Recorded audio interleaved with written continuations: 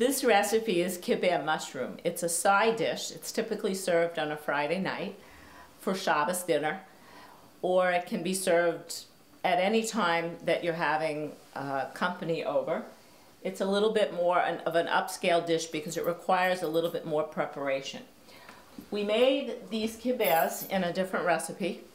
These are the mini kibbehs that I use for kibbeh homda, but they're also used in kibbeh mushrooms. What I'm going to do is I'm frying these kibbehs. So I have about 20.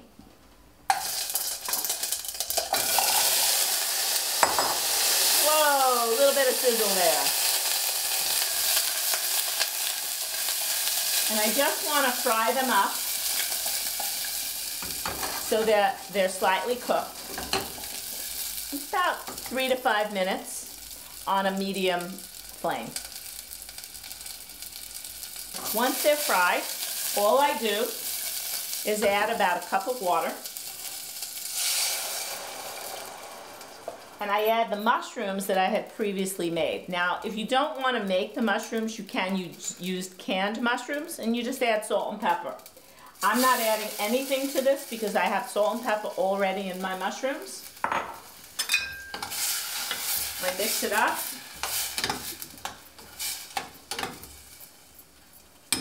And I'm going to let this cook for about 20 minutes, and it's done.